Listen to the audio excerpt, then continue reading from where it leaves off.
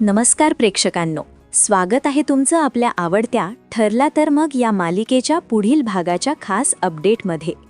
आजचा आणि उद्याचा भाग पूर्णपणे थरार, रहस्य आणि मोठ्या उलगड्यांनी भरलेला असणार आहे. कारण आता कथा अशा वळणावर येऊन ठेपली आहे जिथे खरा गुन्हेगार समोर येण्याची शक्यता निर्माण झाली आहे. अर्जुनवर झालेल्या जीवघेण्या हल्ल्यानंतर तो रुग्णालयात उपचार घेत होता. डॉक्टरांनी दिलेल्या उपचारांमुळे अर्जुनची प्रकृती आता थोडी स्थिर झाली आहे. पण अर्जुन शांत बसणाऱ्यातला नाही. जखमी अवस्थेत असतानाही त्याच्या डोळ्यात एकच प्रश्न आहे. उपचारानंतर अर्जुन थेट पोलीस स्टेशन गाठतो आणि तिथे जातो तो एकाच माणसाला भेटायला, महिपत. पोलीस स्टेशनमध्ये अर्जुन आणि महिपत आमने सामने येतात. अर्जुनचा आवाज जरी शांत असला तरी त्याचे शब्द प्रचंड घाव घालणारे असतात. अर्जुन म्हणतो, मी तुला शेवटचं विचारतोय महिपत, सीनियर आणि प्रतिमा हत्याच्या सुपारीचा खरा मास्टरमाइंड कोण आहे? हा प्रश्न ऐकताच वातावरण एकदम तणावपूर्ण होतं. महिपत गप्प बसतो.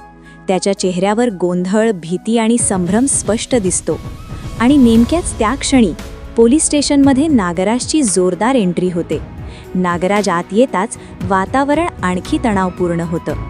तो थेट महिपतकडे पाहतो आणि प्रश्न विचारतो, सुमन कुठे आहे? हा प्रश्न ऐकताच महिपत अधिकच गोंधळतो.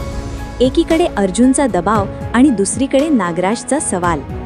महिपत अर्जुनला उलट प्रश्न विचारतो.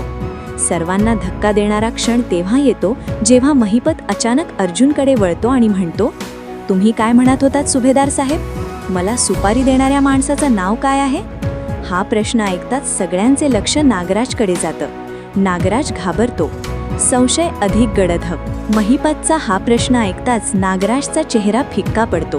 त्याच्या डोळ्यात भीती स्पष्ट दिसते. तो क्षणभर काहीच बोलू शकत नाही.